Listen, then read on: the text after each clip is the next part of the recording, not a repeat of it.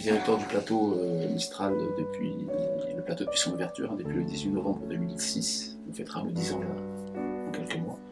Et avant d'être directeur du plateau Mistral, j'étais directeur de la Maison pour tous Mistral, qui était la structure qui était sur la cité Mistral, la structure jeunesse. Ici, on est structure intergénérationnelle, même si on travaille sur la jeunesse. On est ouvert tous les jours, en gros de 7h du matin à 22h. Donc il y a pas mal d'acteurs associatifs qu'on reçoit. Il y a des bénévoles, il y a des professionnels, des intervenants. Je crois que c'était Janine, la directrice, qui nous avait interpellés au téléphone. Elle m'a demandé de venir la voir. Je l'avais croisée déjà vite fait dans une réunion, je ne sais plus où est-ce que c'était. Puis elle m'a dit que ça serait peut-être une opportunité pour nous. Moi, je voyais ça un peu. L'apprentissage pour moi, c'était dans le monde de l'industrie.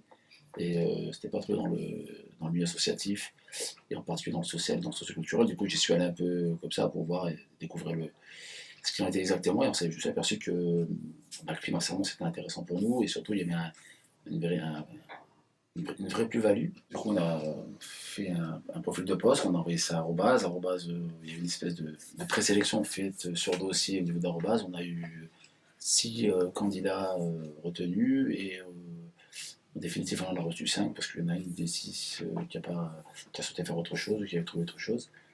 Et dans les 5 qu'on a reçus, on a pris donc Marion, qui était notre choix. C'est quelqu'un qui avait déjà des bases solides quand elle est arrivée, je pense, à Arobase et chez nous. Du coup, il y a une très très bonne progression. C'est ce qui fait d'ailleurs qu'on l'a gardée après l'apprentissage. Parce qu'on sentait qu'elle avait plein de choses encore à apporter. Et puis, il y avait un vrai développement professionnel qui était très intéressant pour nous.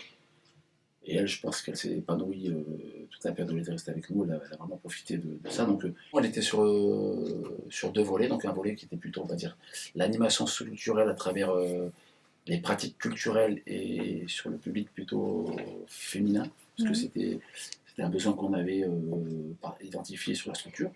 Et le second volet, c'était plutôt sur tout ce que l'on appelle la coopération décentralisée, donc l'approche des projets entre le Maghreb, parce qu'on a beaucoup de partenariats entre les villes d'Oujda au Maroc, surtout Constantine en Algérie, et Sfax en Tunisie, où là, Marion, elle était amenée à produire des actions qui soient en lien entre les deux rives, on va dire.